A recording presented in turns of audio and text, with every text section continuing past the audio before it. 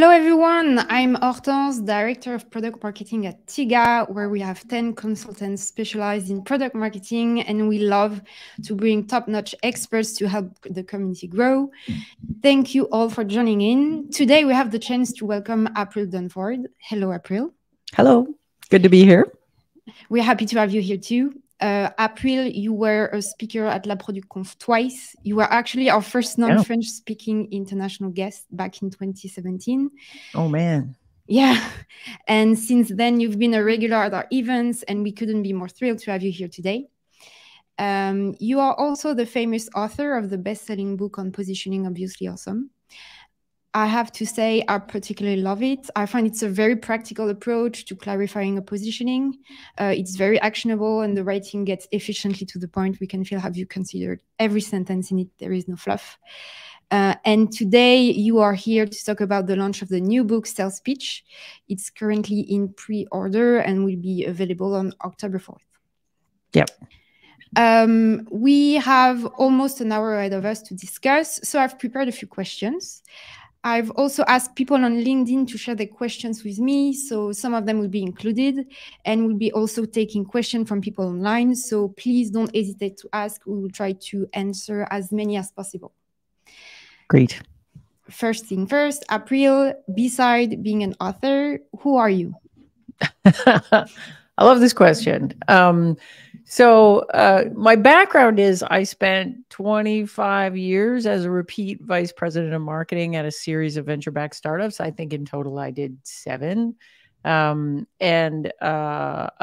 7 years ago, I decided to make the switch to consulting to do something new. And what I do now is very specific. So I work with B2B tech companies. I only do positioning work. And mainly the companies I work with are, the product is somewhat complicated enough that there's a salesperson involved at some point in the go-to-market motion. So I work mainly with growth stage tech companies, but occasionally I'll work with somebody really big like a Google. And, you know, I write books, I have a podcast, I do all those things. But mainly these days, I consider myself a consultant.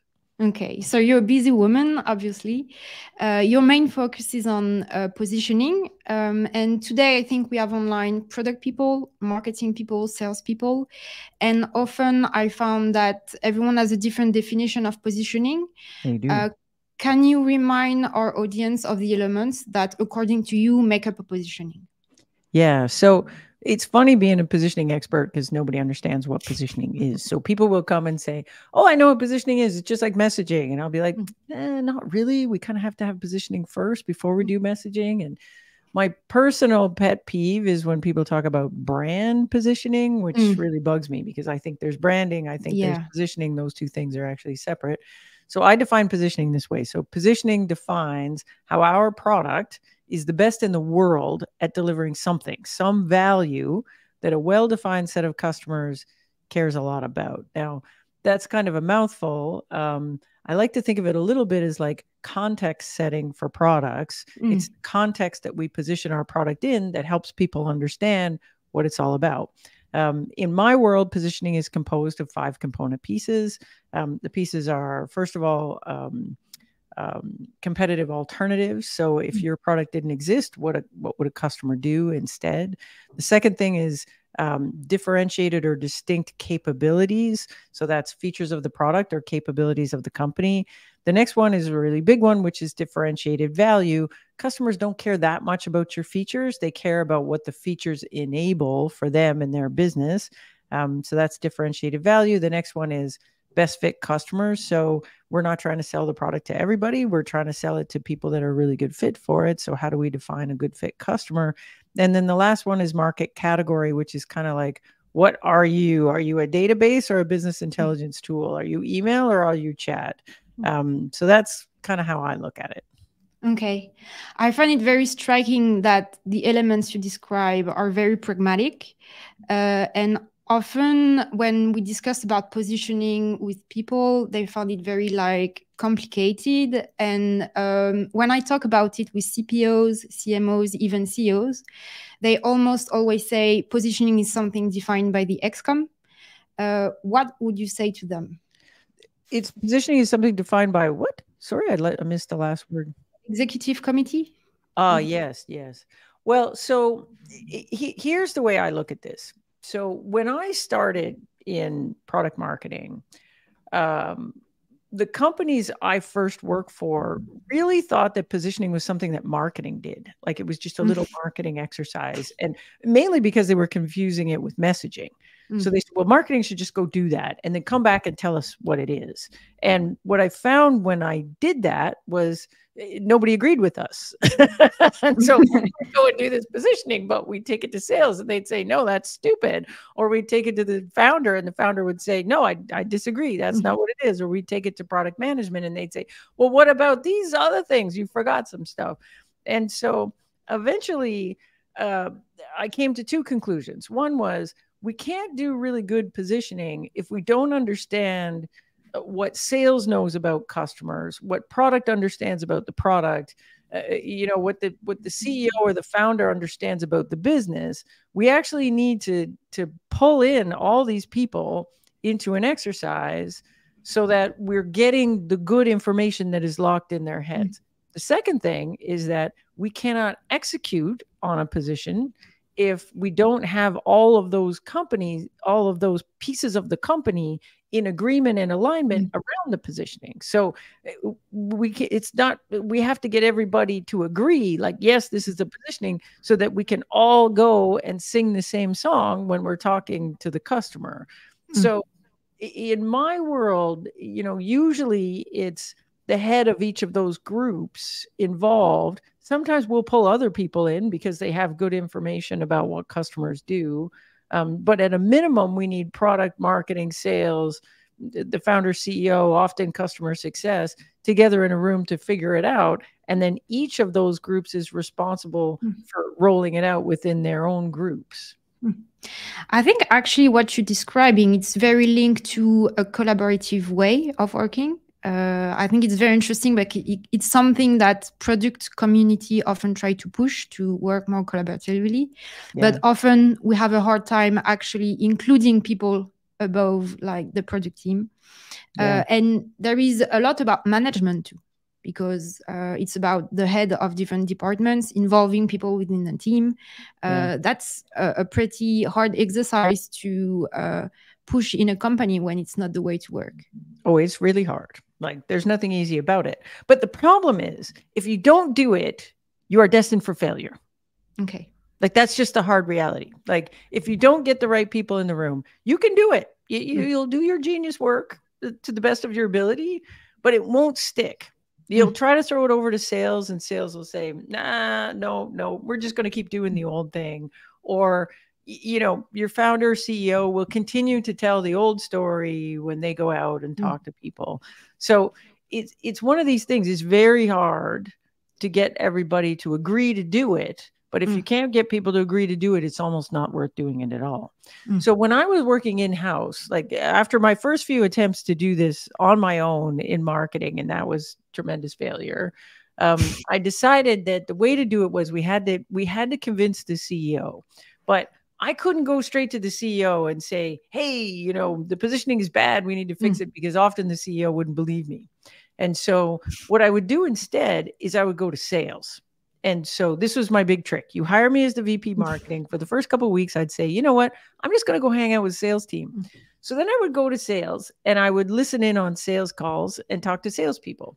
And bad positioning manifests in a very specific way on a first sales call. So what you'll get is the customer comes in and your sales rep is doing a great job pitching, here's our stuff, here's what we do. And, a few slides in, the customer will start making this face like, I don't get it. And then they'll say, you know what, back up and go back to the beginning and pitch it to me again. You would not believe how common that is in companies that have weak positioning. Like the customer gets a certain way, but they're not even listening to what the rep is saying, because they can't figure out what you are. And so they'll say, wait, back up, go back to the beginning. So that's the first sign. The second sign is almost worse, where the customer says, oh, I know what you are. You're exactly like Salesforce, but you're nothing like Salesforce. Yeah, it's actually not your competition at all. And you're like, no, let me back up. No, I need to go back to the beginning. No, you missed something. And then you do it again. The other one you'll get is where the customer says, oh, I get it. I get what it is. I just don't get why anybody would pay for that. Like, why wouldn't I just do that as the spreadsheet? Or I could use my accounting program to do that. So they understand what you are. They don't understand the value. If I hear that in the sales team, then what I would do is I would go for lunch with the head of sales. And I say, look, I'm stupid. I'm new here. I don't know too much, but I've been hanging out with your people. And here's what I'm hearing on sales calls. I'm hearing that people have a hard time figuring out what we are. I'm hearing that people are comparing us to companies we don't compete with. And I'm hearing that they don't really understand our value. Like, they're asking, why would they even pay for that? Do you agree? Like, do you hear that too? Like, you're the head of sales. Like, you tell me, is this a problem? And usually what I'll get is the head of sales will say, yeah, that's a big problem. Like, it usually takes us a couple of calls before the light goes on. And then I'll say, well, you know what? In marketing, we generally see that as a symptom of weak positioning. Let me tell you what positioning is. Like, have we ever done a positioning exercise inside this company? And the answer is always no, we haven't. And I'll say, well, I think we should do that. Like, I'm going to go talk to the CEO about it. But, you know, I think maybe that would help. So I get sales on for it. And then I go to product and I say, hey, I've been hanging out over in sales. And this is what I'm seeing. Like, customers don't understand what we are. Customers are comparing us to things they shouldn't. They don't really understand our value. Do you agree? Like, do you see that when you're out talking to customers? And generally, if the positioning's bad, the head of product will say, yeah, that's a problem. It's a real problem. And I'll say, have we ever done a positioning exercise here? Like, I'm not saying the positioning's bad, but it might be good to just look at it. And if I can convince sales and product, then I go to the CEO. And so I go to the CEO and I say, look, I'm new here, but, you know, the last thing we want to do is start making marketing campaigns if the positioning's not tight, because if we do that, it's just a waste of money. And when I've been hanging out in sales, and what I'm seeing is that people don't really understand what we are. I think it might be helpful to get the gang together and just look at it. I'm not saying it's bad. I don't know whether it's bad or good, but let's just get the gang together and look at it. And usually what the CEO will say is, well, what does John in sales think? And I'll say, oh, I don't know. You should call John. Let's see what John says. I know what John's going to say. I already had lunch with him. But they, you know, and then he called John, and then John will say, well, yeah, I was talking to April. I think that's a good thing. And then he'll say, well, what does product think? And then he calls product. And that's how you get the CEO on board. You can't just come on board as marketing. You generally don't have any power to convince the CEO. But if you can convince other people, then it's more likely to happen.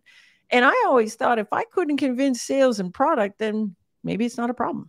Okay. Maybe I'm wrong. So that would get everybody together in the room. But then here's the trick. If you're going to get everybody together in the room, you can't just have them together in the room and let them fight it out. Like, we need to use a process to go through things. Otherwise, it's going to be a battle of opinions, and that's going to be very bad. So first step, convince the CEO to get people together in the room. Second step, make sure you have a process to follow once you get them there. Okay. I think it's interesting that the first thing you do when you go to a company is talking with the sales team, listening to the sales pitch, because I guess that's kind of the reason why your second book is about sales pitch.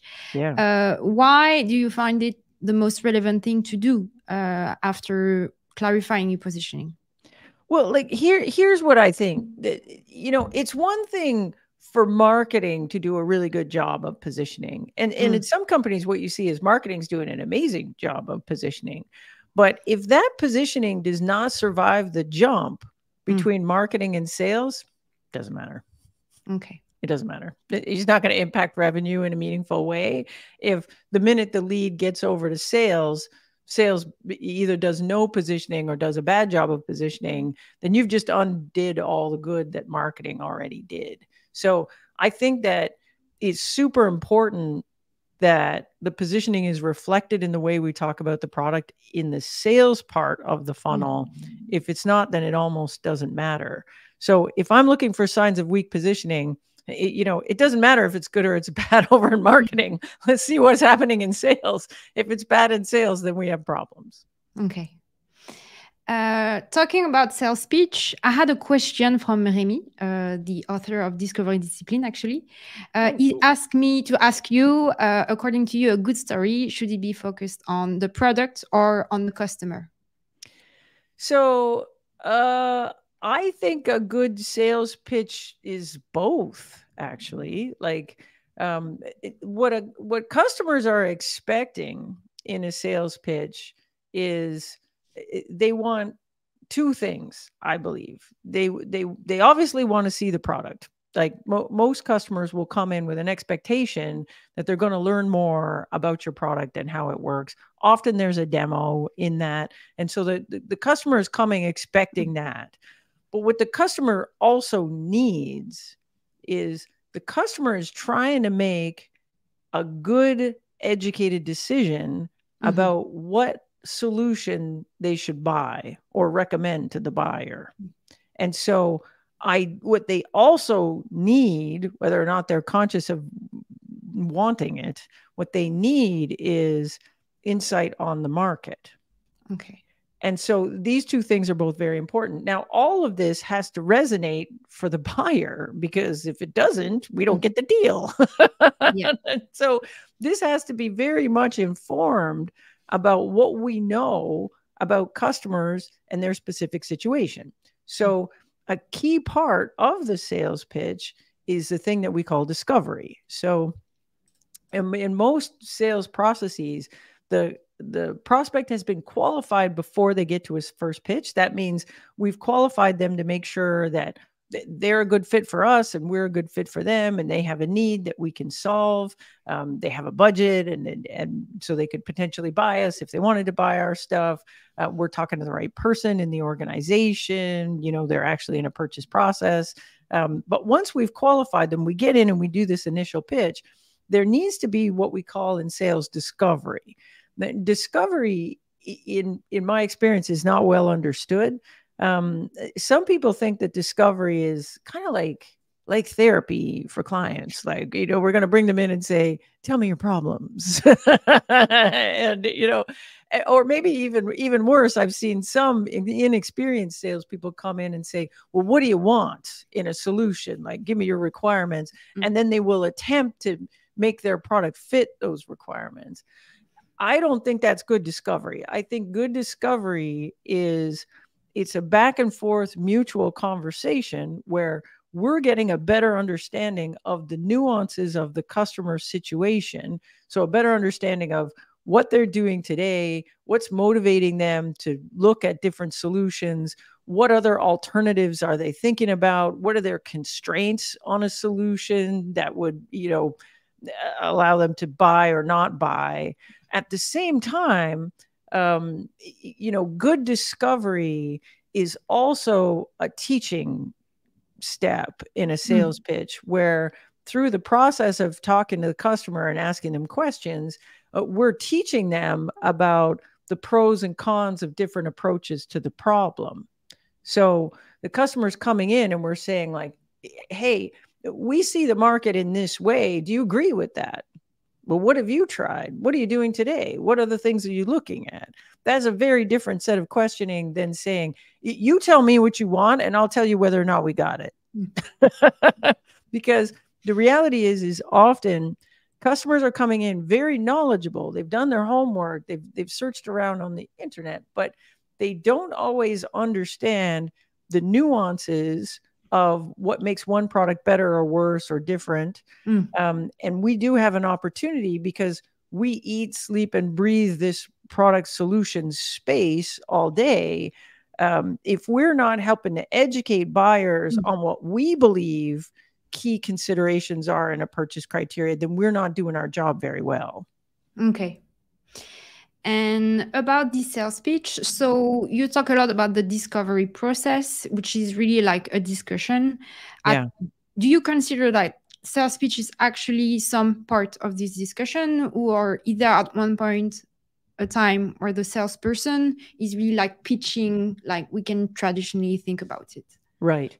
So in what I've seen companies do is often they'll build a sales pitch And there'll be nothing in the sales pitch. There's no natural place to do discovery in the sales pitch structure.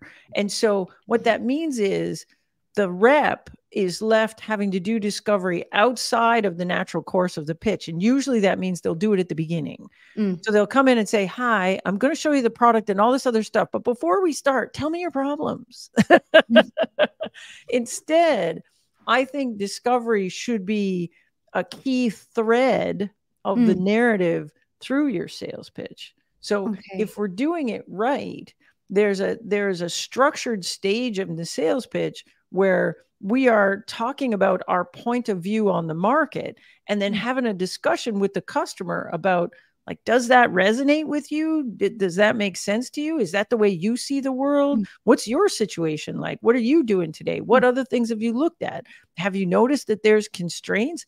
And at the same time, we're saying, look, like, we deal with customers with this problem every day that are trying to accomplish this job every day. And here's what we see. We see 2 or 3 different approaches to the problem, and there's pluses and minuses to those approaches.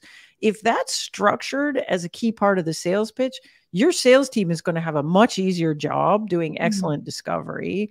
And this is going to become the foundation for the rest of the pitch. We're going to have that discussion up front. And that discussion is saying, look, like, we understand this about the problem. And when we look at the other solutions out there and the pros and cons of other solutions, can we both agree that a great solution would tick these boxes? And the customer's either with you or they're not, you know, but if we do this well, the customer is going to say, well, yeah, we want that. We want those things. A great solution would have that. Then we say, great. Now I'm going to show you how we do that. And so it's the setup for the demo. And now we're not just doing an aimless product walkthrough demo where I'm showing them every single feature we have. Now the product walkthrough demo, or the demo, has a structure, right? We've agreed that these are the things that a good solution should do. Then I can say, great, let's take point number 1. Good solutions should save you time doing this. Let me show you how we do it. Point number 2, it should let you do this. Let me show you how we do that. Point number 3, let me show you how you do that. Like, if I can get the customer aligned to my point of view in the market, I got them. Like, all I have to do is show that we do that. That's what we should be doing in a good sales pitch, instead of showing every single feature like they're equal. And, you know, even though every other product on the market does half of that stuff. I think what's particularly interesting about what you say is how much, as someone creating a pitch, you need to understand the way the sales process is working and the different steps there are in a customer journey, and that you really need to dive into this to be relevant and to provide the sales team the right information and the right way to pitch it to the customer. Right. That's exactly it. Like, it's like, we cannot... This is, I think, one of the reasons why sales ignores the pitches that marketing builds. You mean like the one pager that is sent over by email, like, here's the new pitch? Yeah. Like a lot of times what happens is, you know, marketing will build these pitches, and there's all this flowery language, and there's this big long setup and not too much about the product. And sales will say, I can't do that. Like, you know, I need to do that somewhere in here. I need to do discovery somewhere in here. I need to actually get into the guts of the product. That's what the customer is expecting on this call. So I think it's really important that if we're going to work with sales to help them build a sales pitch, we need to really understand what sales's requirements are. Like, you know, and we need to make this a collaborative thing. We should be working with sales on the sales pitch, not building a sales pitch and throwing it over the wall and saying, it's yours now, buddy. Yeah. Good luck. And so about the sales pitch, according to you, what are the key elements to make it efficient? There's a handful of things. So, you know, the first one is, we can't build a good sales pitch without solid positioning. Like, that is absolutely critical. Like most of the time when companies come to me and they say, you know what, we don't like our sales pitch. It's not very good. We want to fix the sales pitch. The problem is not the sales pitch. The problem is we don't have a really tight definition of differentiated value. So it's the positioning that's the problem. So we got to go back and fix the positioning, and then we can go build a good sales pitch that reflects that positioning. So that's the first thing. Second thing is, again, sales involvement. Like if we don't have sales involved in doing the positioning, then they're not going to understand the positioning that's the input into the sales pitch. And even if we try to involve them in building the sales pitch, you know, they're going to argue about the inputs. So we actually have to have sales involvement all the way back in the positioning part. Then we have to treat it like a very collaborative process, and it's usually marketing and sales together, building the pitch itself. The last thing is that I think we have to be very careful about how we roll the pitch out. Like even if we've been collaborative with sales in how we build it, there's a few things you need to understand about sales teams. Like salespeople are comfortable with the old pitch, even if they don't like it, even if they complain about it, even if the pitch is terrible. You come to them with a new pitch and the initial reaction is going to be no. I'm comfortable with the old one. You know, I have this little story that I tell on slide 3, and I've practiced it a lot, and I'm comfortable with that. And so if you just build a new sales pitch, even if you did it in collaboration with the VP sales, and then you threw it over and said, okay, salespeople just go, it's never going to work.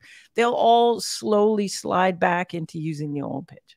So I think a better way to do it is, and this is what I've done practically inside companies, like back when I was inside companies, is me and the vice president of sales would work on building the pitch.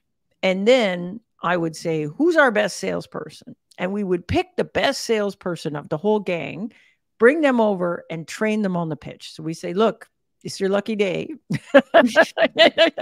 You're going to be the test bed for this new pitch. So we would train them. We would make them pitch us a whole bunch of times until we feel like they're comfortable with it. And then we would have that sales rep do pitches on qualified prospects, not existing customers. They've already been polluted with your old pitch. I want qualified prospects. So this is as close to a real test as we can get.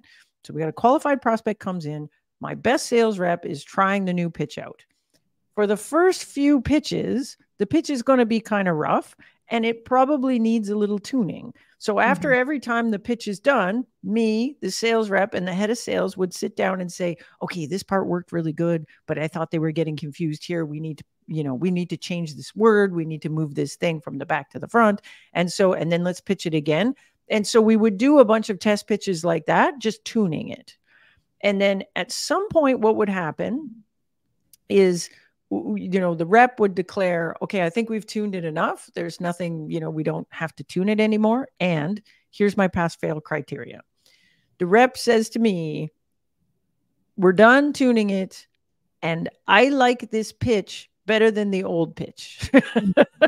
We call that a pass at that point. Okay. So we go, great. Now what I can do is I can record that salesperson doing that pitch because they're good at it now. Okay. And then I'm going to use that salesperson to train the rest of the team because that salesperson has credibility that I don't have. So that salesperson then goes back to the team and says, hey, this pitch is great. You should stop using the old pitch because that's a loser pitch. This is a new pitch and it's way better. I know. Here's the deals in the pipeline that I got cooking using that new pitch. Here's me doing it. Come to me if you have questions. So I'm going to leverage that person. And it's more salespeople talking to salespeople, which is a lot more credible than marketing trying to convince salespeople that this is a better way to do it. So I think we need to be very, very careful about how we send it out. I personally am a big believer in pitch certification. So we have a pitch, everybody gets trained on it, and the reps have to come and certify, ideally with the vice president of sales, and at a regular interval once a quarter or twice a year, you have to come and do the pitch for the head of sales, and the head of sales, declares yes, no, whether you're doing a good job of doing it. So I think that needs to happen too. Again, I think pitches tend to evolve over time otherwise. Okay. And diving into the process of making the pitch, can you give us some hints of the steps to follow? Yeah. So So first of all, you've got your positioning. So in the positioning, we have the 5 component pieces: competitive alternatives, differentiated capabilities, differentiated value, best fit customers, market category. So in my sales pitch structure, there's 2 pieces. There's the setup and the follow through. In the setup, what we're doing is we're painting a picture of the entire market, and we're having a conversation with the customer about the pros and cons of different approaches, not necessarily different competitors or companies or products, but the approach to the job. So that beginning part starts with looking at our competitive alternatives that we've defined in positioning and grouping them in approaches and saying, well, look, these 3 companies actually are kind of the same and they approach the problem the same way. And these 3 companies have this kind of approach and we're different. So that maps into the sales pitch that way. So the beginning is all about saying, look, we have particular insight into this job that you're trying to get done, and we have a perspective on this. And look, we work with companies that look like you, and we see that basically the whole market can be kind of split out into 2 or 3 different approaches. And here's what we see the pros and cons are of that. Do you agree? What are you doing today? How do you handle that? So we're doing discovery. The conclusion of that setup is, look, like if we really understand this about the problem, Okay. and we know what works and doesn't work in the current approaches, can we agree that a perfect solution ticks these boxes? Then we switch to the follow through. The follow through usually starts with an introduction to us, which, you know, and we can use our market category. That's where market category maps in. And then the bulk of the pitch, like the main part of the pitch, if it's 45 minutes pitch, I've got 20, 25, maybe 30 minutes dedicated to talking about the value that we can deliver that no one else can, and walking through the features that actually enable that. Okay. So that is the bulk of what the sales pitch should look like. I can give you an example if you want. That would be really interesting. Okay, because, you know, I find this stuff doesn't make a lot of sense until we get into an example. So let me give you an example. So an easy one, and I use them as an example because they're so easy, but right now they're a good example because they just got acquired by Salesforce, and so they kind of don't exist anymore, and they don't care if I give away the secrets of their sales pitch. So so the company is called Level Jump. If you've read my stuff, you've heard me talk about them before. They're in the sales enablement space. So they have software that takes a sales rep and trains them on stuff. And the goal of this software is to get a new salesperson enabled. And so this is a terrible market space. There are so many competitors. There's absolutely thousands of them. If you look at all of the competitors, they kind of fall into a couple of buckets. Like some of the competitors are really acting more like a content management system, so a repository for sales content that's really easy to find stuff and do version control. The other category of competitors are full-blown learning management systems, or LMSs, where I can define courses and certify people, and people move through the courses and that sort of stuff. So Level Jump is exactly like that. Their big differentiator is they're the only sales enablement product that's built on top of Salesforce. So that's their differentiated capability. The value that delivers is they are the only sales enablement product that allows people to measure the impact of a sales enablement program on sales metrics. So did this enablement improve time to first deal or improve time to make quota? So let's look at 2 different pitches for that. I could do the typical product walkthrough pitch for that product, and it would sound like this. Oh, hi, customer. I'm so glad you're here. I'm going to show you this product. Here's how you log in. Look, it's in Salesforce. And here's how you set up a course. And here's where you put all your materials, and on and on. All these features they have for getting materials in, having the course, having people consume the course. It looks exactly like every other LMS out there, exactly like every other CMS out there.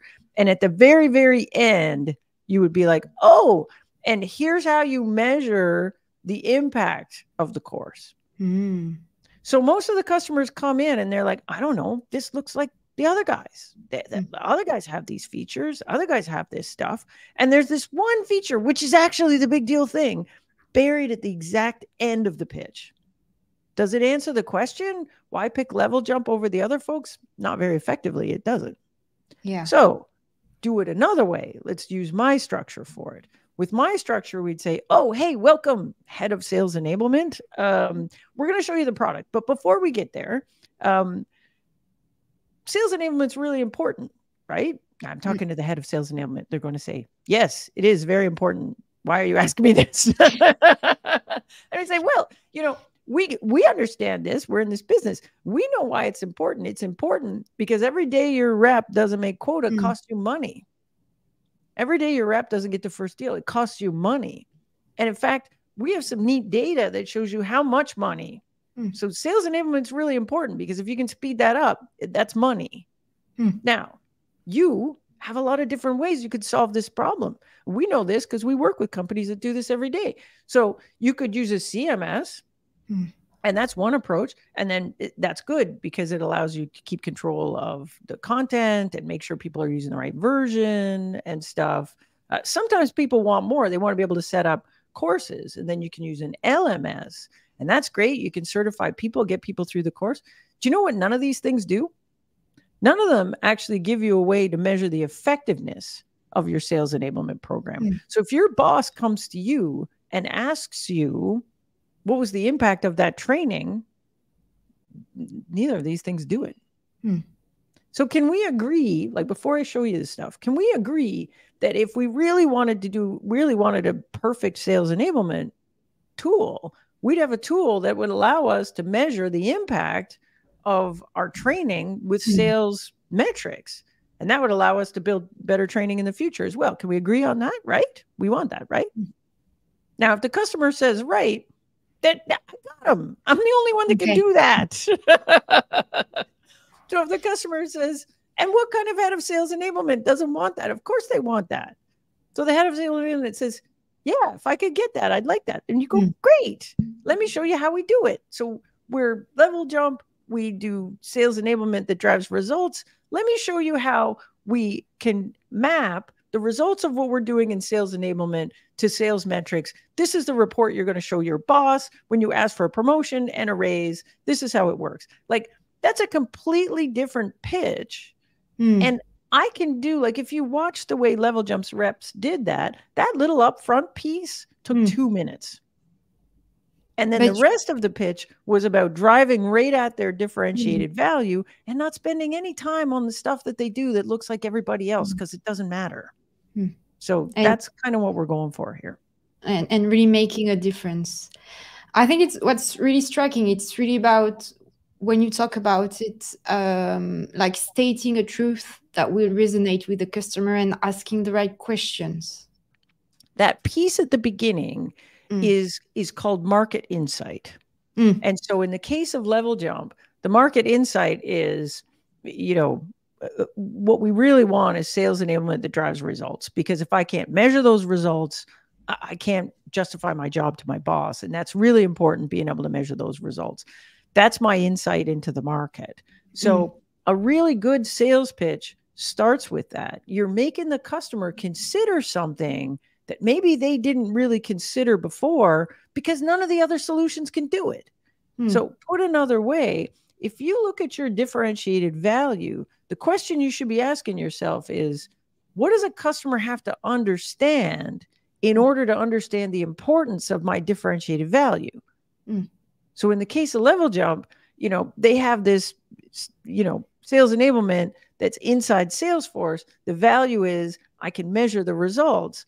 Well, what does this head of sales enablement need to understand that that's important? They need to understand that there's money there. And how much money? Like a lot of money.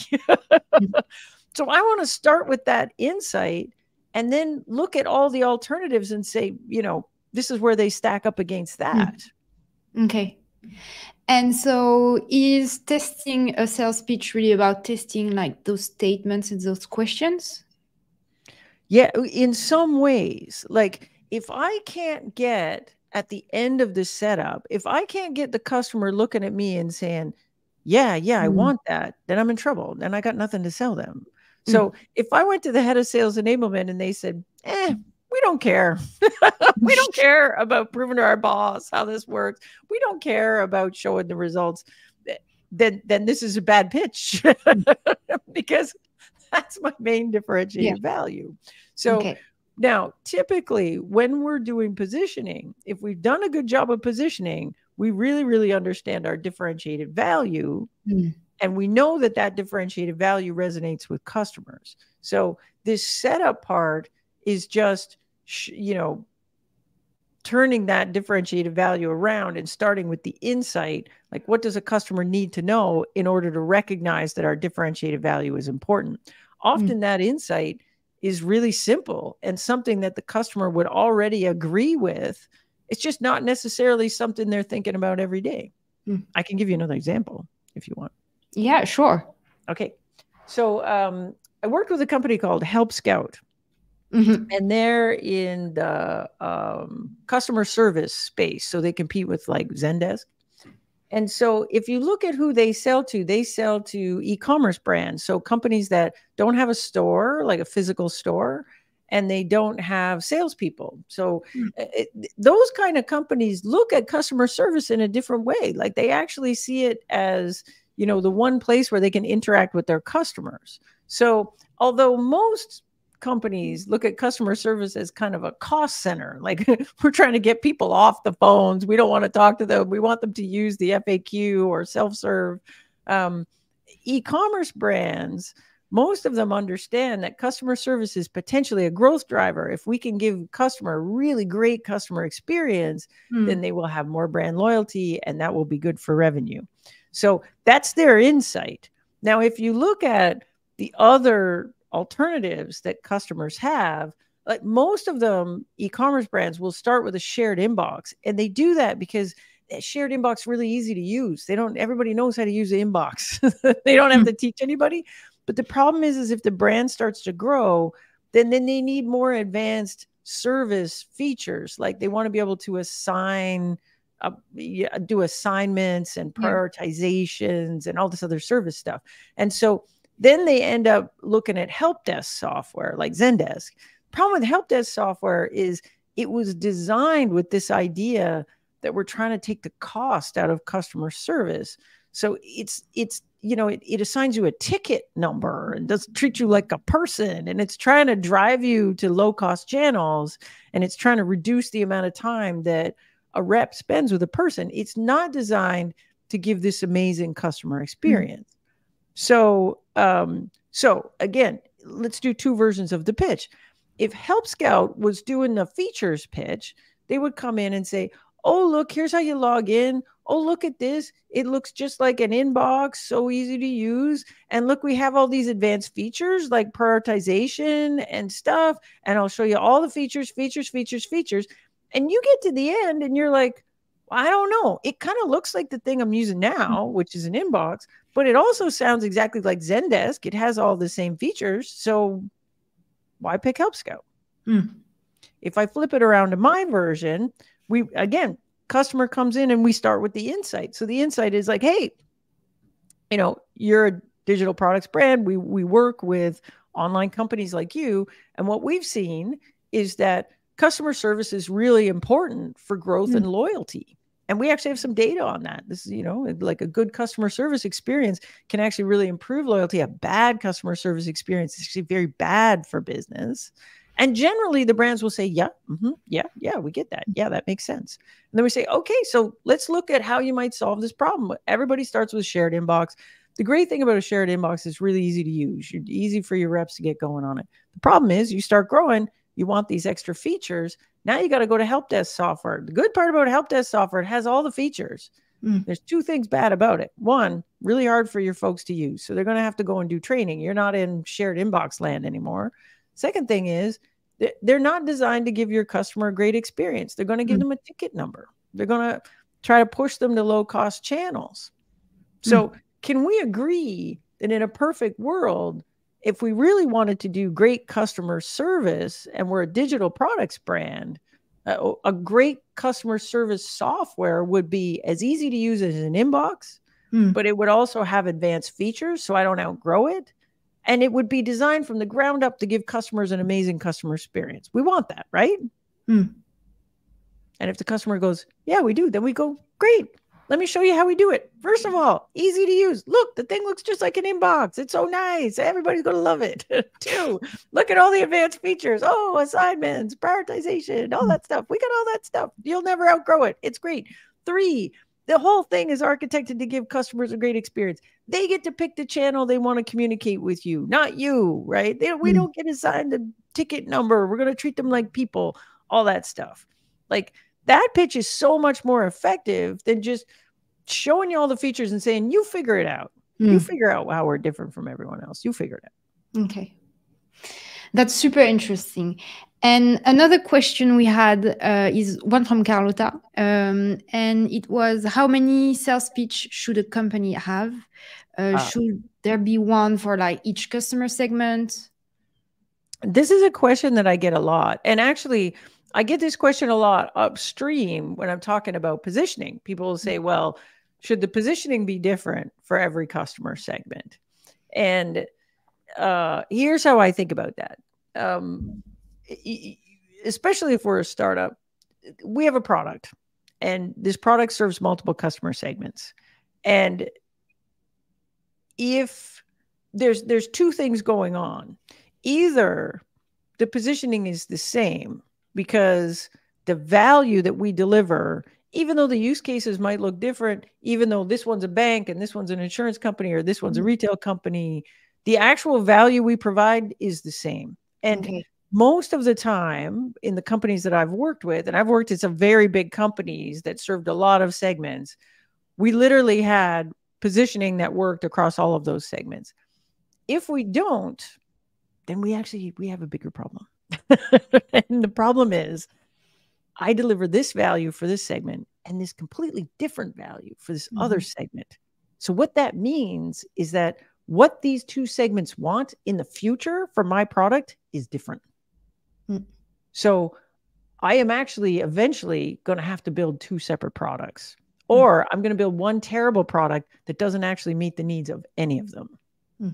So typically when we're thinking about positioning, I'll give you an example. I worked for a company where, I joined as the VP marketing, and we had lots of customers. But when I looked at the customers, we had a bunch of customers in retail, and then we had another bunch of customers in utilities. These are pretty different.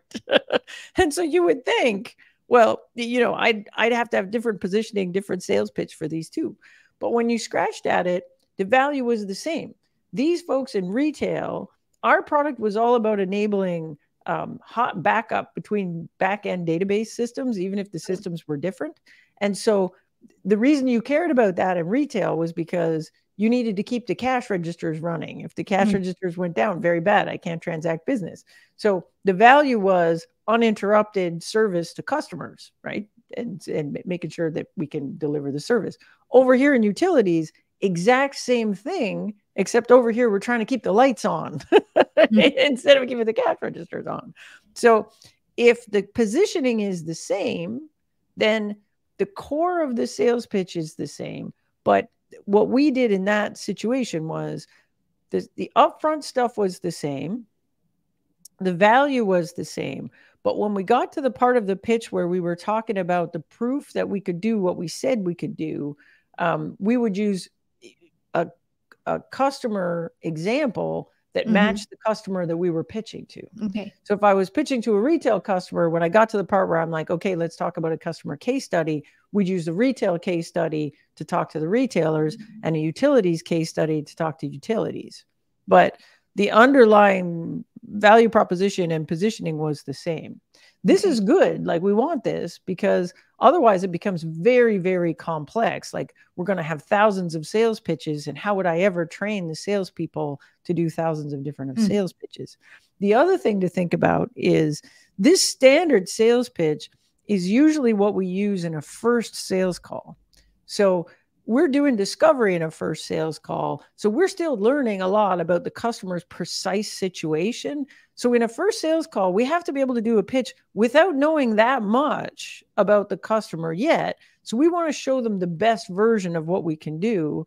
The second sales pitch, or the third sales pitch, or the fourth sales meeting, well, we can get really customized there, and that's fine. So, you know, if the retail people want really specific things, we can talk about that later on in the sales process.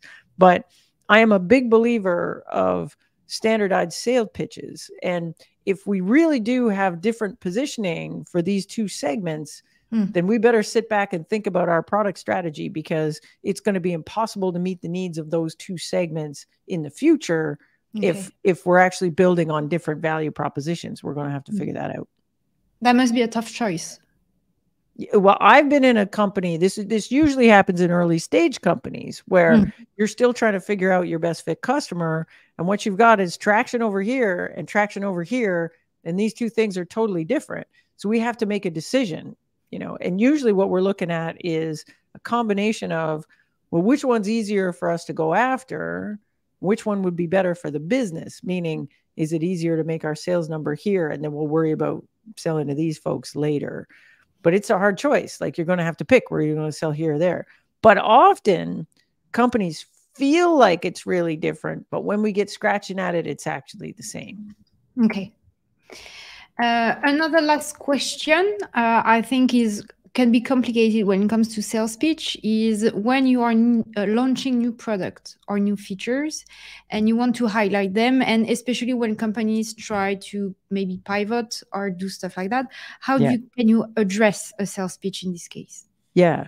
So if you're thinking about doing a pivot, like, the real question is, does the positioning change? So are we actually delivering differentiated value now that this new feature exists, or because we're pivoting to this new market or this new thing?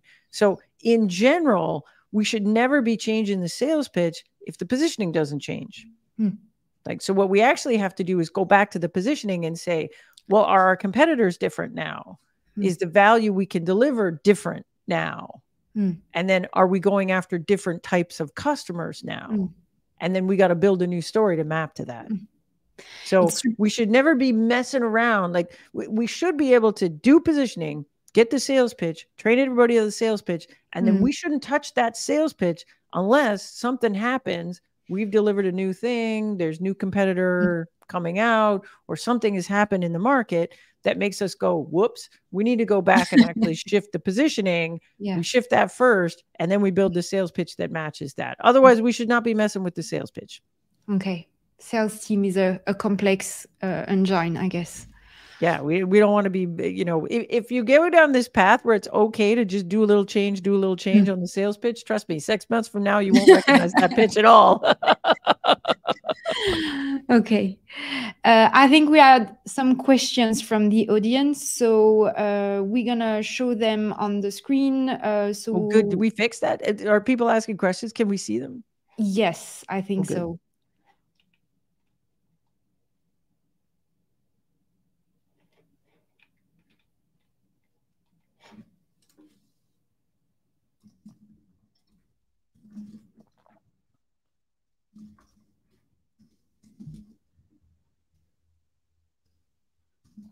Oh, it's the sales pitch for my own book. That's funny. Can I answer that one? Yeah, I would be really curious to know how much you can apply your own advice to your own company. Oh my gosh. Okay, so you will laugh when you read this book, because the entire book is structured with my same sales pitch structure. Okay. And in fact, without even doing it consciously, the first book is structured like the same structure. So here's how I would pitch it. So I would start with the insight. So the insight is, if we look at a B2B purchase process, 40 to 60% of B2B purchase processes end in no decision. And they do not end, if you scratch at the data there, they don't end in no decision because they looked at everything else and decided the status quo was better. No, they end in no decision because the customer could not figure out what the best solution was to pick. And therefore, they defaulted to just doing nothing. Mm. So that's the insight. So if I look at the way, now I'm moving into competitive alternatives and your pluses and minuses. If I look at what we're doing today in sales pitches, the vast majority of us are doing a feature function walkthrough. And it's not helping customers make this decision about, who should I pick and why? How do I justify it to my boss? How do I know this is the right decision for me? So if we really wanted to do a great job at doing a sales pitch, we actually have to consider the entire market. And so we have to give people a map of the market and teach them at least our opinion on here's what a good solution looks like, and here's how you make choices. If we can help customers do that, we can potentially close 50% more business. We want that, right? And then you're going to go, right, dummy, we want that. And I'm going to go, great. Now, and then I'll spend the rest of the time saying, I got an 8-step process to do that. Step 1, step 2, step 3. And the rest of my pitch would be telling you how I'm actually doing that. Amazing. I think the sales pitch structure works in lots of different places in marketing. Like, if you wanted to write, a white paper or something where you're talking about your point of view on the market, I think the structure works really good there.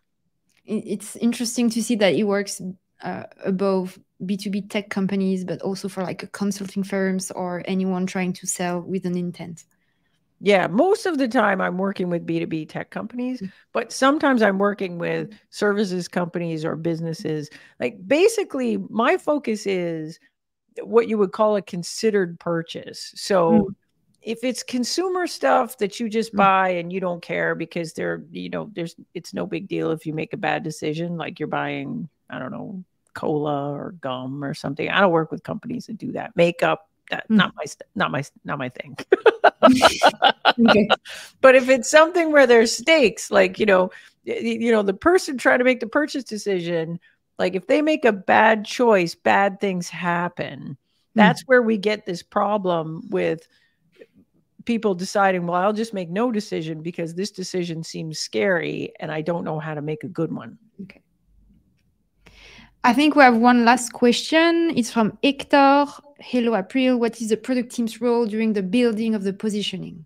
Yeah. So here's what I think. In positioning, it's really important to have this cross-functional team because the different teams know different things. What I love about having sales in the room is they know a lot about competitive alternatives, the true competitive alternatives. So what's the status quo? What other things end up in a short list? Sales knows a lot about what gets people excited. What sales doesn't understand that well is the product. Like they only know what we've taught them. In a positioning process, I really need somebody in the room that deeply understands our capabilities and deeply understands how they stack up to the other alternatives. Because otherwise I can never figure out what my true differentiated value is. So one of the things people want to do is they want to be able to go out and ask their existing customers, what do you love about our stuff and what's our value? But we sometimes in tech companies run into this problem that we have an amazing feature that we know is a game changer, but sales doesn't get it. They don't know how to sell it. They don't sell it to customers, and therefore your customers don't use it and they don't know anything about it. And when I go and talk to them, they're never going to bring it up, even though it might be our key thing. So I need product in the room to help me with that. Like if I don't have good, solid product that understands what are our differentiated capabilities versus the other things that end up on a short list, this is what product brings to the table. What sales brings to the table is, well, who else ends up on it? Like, who are these people? Product is often looking at a larger list of competitors than sales because we're worried about the future. We're worried about the roadmap. So we're often tracking what I would call horizon competitors. For positioning, I don't need to worry about those competitors because, maybe I never see them on a short list. So I can adjust the positioning if and when those other people show up.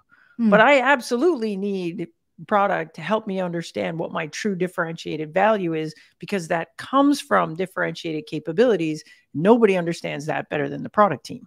Okay. We have one last question from Marie. If we observe that the sales pitch is not adopted by the sales team, what can that does not Well, involve? yeah, how do we fix it without restarting the whole process? The first thing I would look at is, I would try and get an understanding for why it's not being adopted. So is it not being adopted because the sales team wasn't trained on it to start with?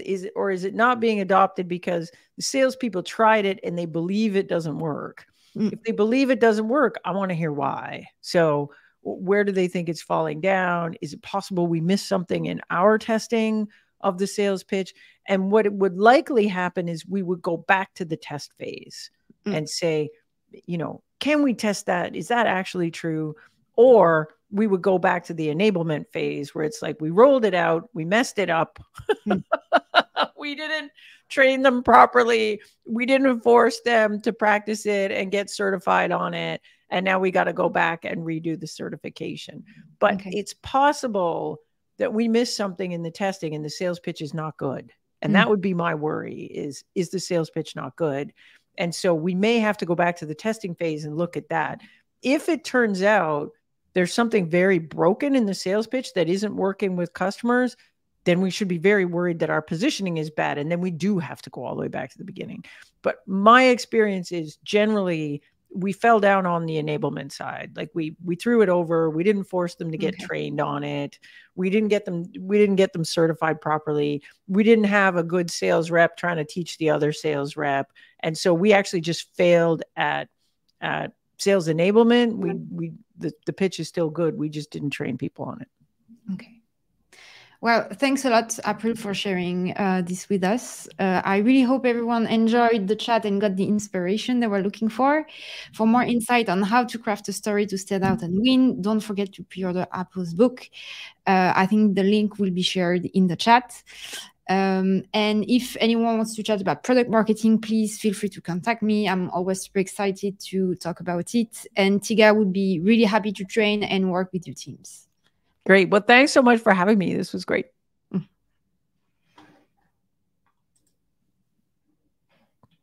Are we still live? It'd be one of these things where you